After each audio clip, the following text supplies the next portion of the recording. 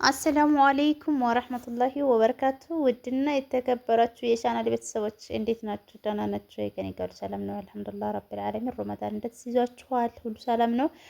ከኔ ጋር ሁሉ ሰላም ነው አልሐምዱሊላህ። ዛሬ ጽድት እያለ ያበደ አልጋ ይዤ መጥቻለሁ ማለት ነው። እርግጠኛ ባለ ትዕዛዝ ፍንክትክት እንደምትል በደስታ እርግጠኛ ነኝ ማለት ነው። ሜትር ከ50 ነው። ባለ ሁለት ኮሜዲኒ ነው። በጣም ነው የሚያምረው። በነገራችን ላይ በጣም ማቴሪያል ራሱ በጣም ከሚባለው በላይ ማቴሪያል ፈይቷል ማለት ነው። ይሄ አልጋ እዚህ ጋር መቀመጫ አለው ፏ ፍንሽ እያሉ ማለት ነው። ይሄ አልጋ 38 ሺህ ብር ነው የፈጀው። 38 ሺህ ብር ነው እየፈጀው ማለት ነው። እዚህ ኮሜዲን ያለች አረፍ ልበልባት ብዬ ነው። መሳቢያ ሁለት መሳቢያ አላት። እጅሃል ላይ በጣም ነው የሚያምረው ከሚባለው በላይ ማለት ነው። አብዱ አስፋው ጋር መተን ምንም የምናጣው ነገር የለንም። በነገራችን ላይ አብዱ አስፋው ማለት ከድሮ የሚታወቅ አዳዲስ ሳይሆን ከድሮ የሚታወቅ ጠንካራና ጎበዝ ልጅ፣ ለሙያው በጣም ታታሪ በሀቂ የሚሰራ ቤትም ቦታ ያዛችሁትም ያሰራችሁትም ታውቁታላችሁ። በጣም ጎበዝ ለስራ ያለው ታታሪነት እኔ እንጃ ምን እንደምላችሁ አላቅም። አበረታቱት ወንድማችንን። ያው ቢያንስ መካነ ሰላም ላይ ከ20 በላይ ፍሬንቸር ቤቶች አሉ። ያው ደረጃ 1 የምለውና አሁን ለምሳሌ አብዱ አስፋው ነው ዛሬ ስላሰራሁት ብቻ ሳይሆን በጣም የቆየ ነው። ታማኝ ልጅ ነው። በቃሉ ባለበት ሰዓት ራሱ በዚህ ቀን አደርሳለሁ ካለ ራሱ በዛ ቀን ያደርሳል ማለት ነው። ይሄም ሜትር ከ50 ነው። ይሄ 28500 ብር ነው።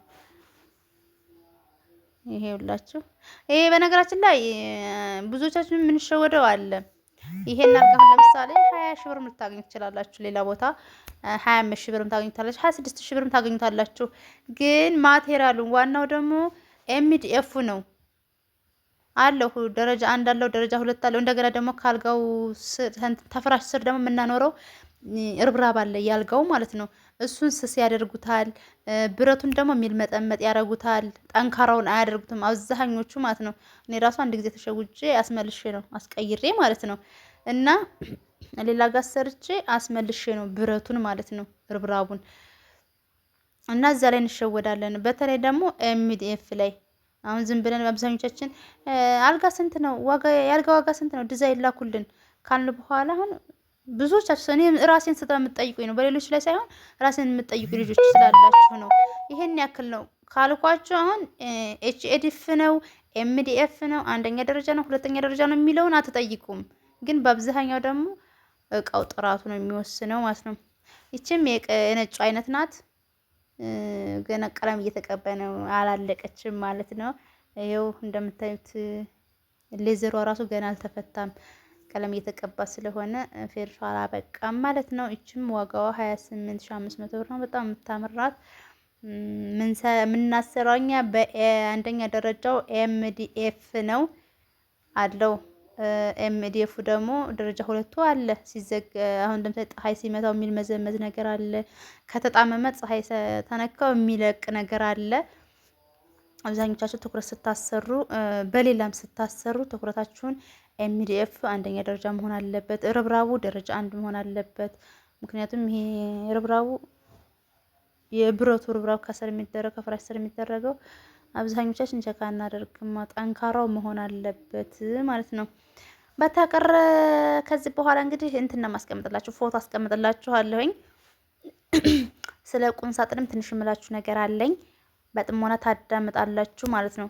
እንግዲህ ቲቪ ስታንድም አለ፣ አልጋም አለ፣ በር አለ፣ ኪችን ካቢኔት አለ። ምንም የሌለ ነገር የለም። በነገራችን ላይ እዚህ ቦታ ላይ መታችሁ የፈለጋችሁትን ነገር ታገኛላችሁ። በደረጃ 1 ጥራቱን በጠበቀ ስህተት ካለ ችግር ካለ ወዳው እዛው አይናችሁ እያየ የሚስተካከል ነው ማለት ዋስትና አለው ማለት ነው። እና ቁም ሳጥን ላይ እምላችኋለኝ ያልኳችሁ ደግሞ አብዛኞቻችን ቁም ሳጥን መሆኑን ብቻ ነው የምናውቀው። ለምሳሌ እኔ ብዙ ልጆች ስጠይቁኝ ቁም ሳጥን ስንት ነው የምትሉት?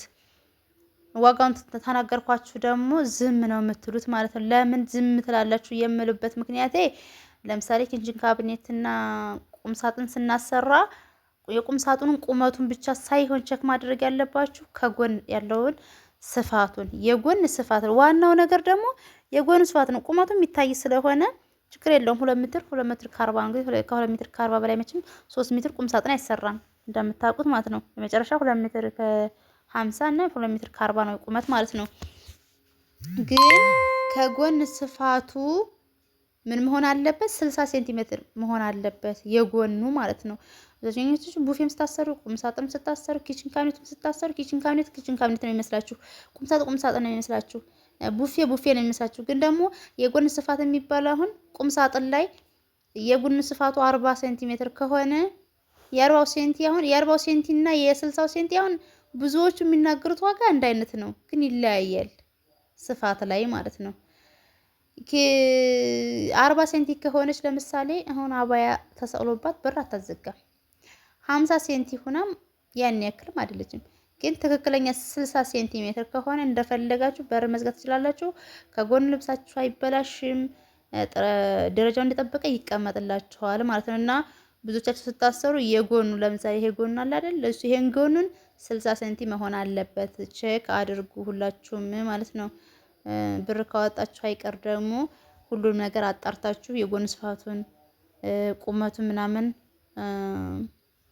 አጣርታችሁ ነው ማሰራት ስላችሁ ነው። ያው ብዙ ልጆች ስለምትጠይቁኝ ነው።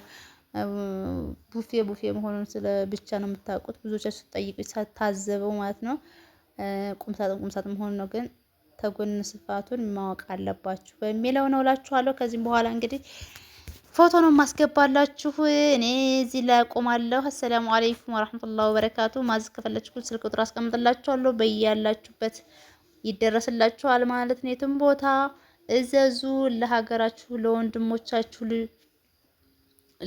ለወንድሞቻችሁ ስራ ፍጠሩላቸው።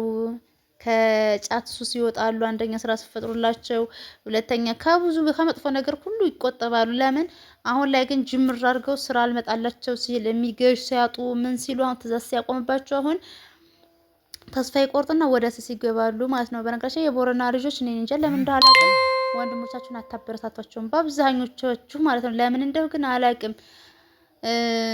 ከሌላ ሀገር ስታዙ አሁን የትራንስፖርት አለ በቃ ወዛደር አለ የምን አለ ያንን አስባችሁ እንኳን ወንድሞቻችሁን ብታሰሯቸው ምን ችግር አለው? መቼም ሰው አንዱ ለአንዱ ካልተጋገዘ ባዶ ነው በነገራችን ላይ ማለት ነው። ስለዚህ ወንድሞቻችሁን አበረታታቸው፣ እገዟቸው።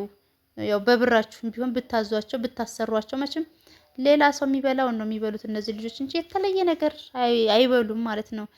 ስለዚህ እዘዟቸው፣ ስራ ፈጠሩላቸው እህቶቼ ማለት ነው። በጣም የምነግራችሁ ነገር ቢኖረኝ ስራ ፈጠሩላቸው።